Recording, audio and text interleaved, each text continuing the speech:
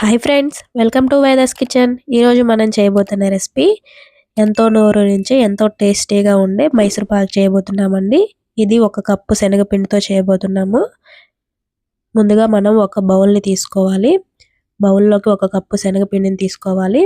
అదే కప్పుతో కప్పు నిండా నూనెని తీసుకోవాలి. అదే కప్పు కొలతతో 1/2 కప్పు నెయ్యిని తీసుకొని పిండి, నూనె, నెయ్యి బాగా కలిసిపోయేంత వరకు గరిటెతో తిప్పుతూ కలుపుకుంటూ ఉండాలండి. పిండిలో బబుల్స్ రాకుండా, పిండి ముద్దలు లేకుండా బాగా మెత్తగా కలుపుతూ ఉండాలి. ఇలా ఇప్పుడు నేను చూపించిన విధంగా కలుపుకోవాలండి. ఇప్పుడు పిండిని మనం పక్కన పెట్టుకొని పాకాన్ని రెడీ చేసుకుందాం. ముందుగా ఒక ప్యాన్ని తీసుకొని 1 కప్పు పంచదారను తీసుకోవాలి. అదే కప్పు కొలతలో సగానికి వాటర్ని యాడ్ చేసుకోవాలి. ఇలా వాటర్ యాడ్ చేసుకున్న తర్వాత గరిటెతో వాటర్ని, పంచదారని కలుపుతూ మంటని హై ఫ్లేమ్లో పెట్టుకొని బాగా తిప్పుతూ ఉండాలి. పంచదార మొత్తం కరిగి బబుల్స్ రావడం మొదలవుతుంది. పంచదార మొత్తం కరిగి బబుల్స్ ఎప్పుడైతే రావడం మొదలవుతుందో అప్పుడు 2 నుంచి 3 నిమిషాలకి పంచదార పాకం కూడా చిక్కబడటం స్టార్ట్ అవుతుందండి. మీరు ఏలుతో టెస్ట్ చేసుకుంటే సరిపోతుంది. పంచదార పాకం దగ్గర పడిందండి. ఇప్పుడు మనం ముందుగా ప్రిపేర్ చేసుకున్న పిండిని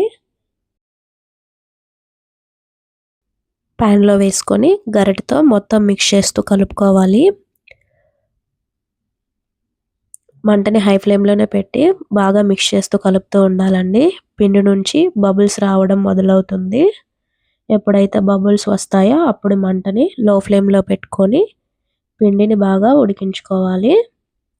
ఇలా బబుల్స్ ఎప్పుడైతే వస్తుందో అప్పుడు పిండి కొంచెం చిక్కబడటం స్టార్ట్ అవుతుందండి. లైట్గా చిక్కబడుతుంది. ఇలా పిండి కొంచెం గట్టిగా చిక్కబడేంత వరకు గరిటెతో తిప్పుతూ ఉండాలండి. బాగా చిక్కబడటం స్టార్ట్ అవుతుంది.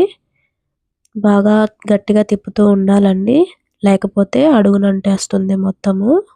ఇలా చిక్కబడటం బాగా స్టార్ట్ అవుతుంది.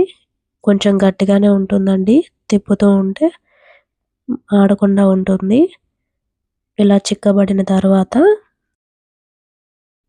ఒక పక్క పిండిని కలుపుతూనే మరొక పక్క ఒక బౌల్ని తీసుకొని నెయ్యిని వేసుకొని బౌల్ మొత్తం స్ప్రెడ్ అయ్యేంత వరకు నెయ్యిని బౌల్ని కలుపుతూ ఉండాలి. ఇలా కలిపిన తర్వాత మనకి చిక్కబడిన పాకాన్ని గిన్నెలో వేసుకొని ఈ విధంగా సర్ది పెట్టుకోవాలి. ఇలా సర్దినప్పుడు మన ఇంట్లో ఉన్న జీడిపప్పులు, బాదం పప్పులు కూడా నెయ్యిలో వేసుకొని వేయించుకొని వేసుకోవచ్చు, లేదంటే స్కిప్ చేసుకోవచ్చు.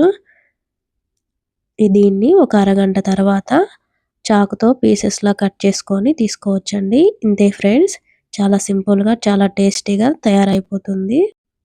మైసూర్ పాక్ నుండి వచ్చే స్మెల్ మాత్రం ఇల్లంతా స్ప్రెడ్ అయిపోతుందండి.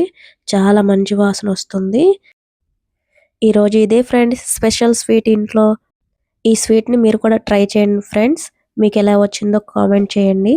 ఈ వీడియో మీకు నచ్చినట్టయితే లైక్ చేయండి, షేర్ చేయండి, ఛానల్ని సబ్స్క్రైబ్ చేసుకోండి ఫ్రెండ్స్.